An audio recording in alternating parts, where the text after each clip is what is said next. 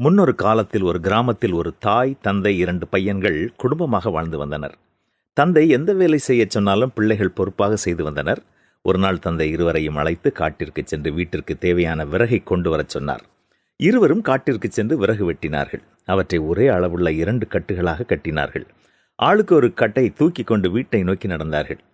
ஐயோ, இந்த விறகு கட்டு இவ்வளவு கனம் கணக்கிறதே, வீடோ தொலைவில் உள்ளது, எப்படி இதை சுமந்து சென்று சேர்க்கப் போகிறேனோ தெரியவில்லையே என்று எரிச்சலோடு சொன்னான் மூத்தவன்.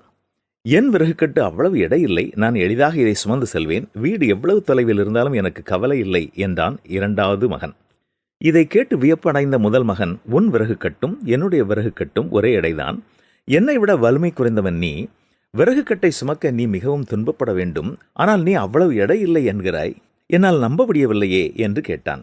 அதற்கு 2ஆம் மகன், என் விறகு கட்டில் தெய்வீக மூலிகை இலை ஒன்றை வைத்துள்ளேன், அதனால் இதனுடைய எடை எனக்கு தெரிவதில்லை என்றான். என்ன மூலிகை இலை சொல், என் விறகு கட்டிலும் நான் அதை வைக்கிறேன் என்று ஆர்வத்துடன் கேட்டான் அவனுடைய அண்ணன். அதற்கு அவனுடைய தம்பி, அந்த மூலிகை இலையினுடைய பெயர் பொறுமை, எதையும் நான் பொறுமையுடன் தாங்கிக் கொள்கிறேன், செய்ய வேண்டிய வேலைகளையும் சலிப்பில்லாமல் செய்கிறேன் என்று அமைதியாக கூறினான். நம்மிடம் இந்த மூலிகை இருக்கின்றதா? எந்த காரியத்தையும் நாம் பரபரப்பில்லாமல் எரிச்சல் படாமல் பொறுமையாக செய்கிறோமா? கடவுள் மேல் நம்பிக்கை வைத்து பொறுமையோடு காத்திருப்போம். அப்பொழுது நாம் பல நன்மைகளை அடைவோம். நீண்ட பொறுமையினால் பிரபுவையும் சம்மதிக்க வைக்கலாம் என்றும், ஒரு காரியத்தின் துவக்கத்தை பார்க்கிலும் அதனுடைய முடிவு நல்லது, பெருமையுள்ளவனை பார்க்கிலும் பொறுமையுள்ளவன் உத்தமன் என்றும் வேதம் கூறுகிறது. நமக்கு கொடுக்கப்பட்டிருக்கும் வேலை எதுவாக இருந்தாலும் நாமும் பொறுமையுடன் அதை நிறைவேற்றுவோமா?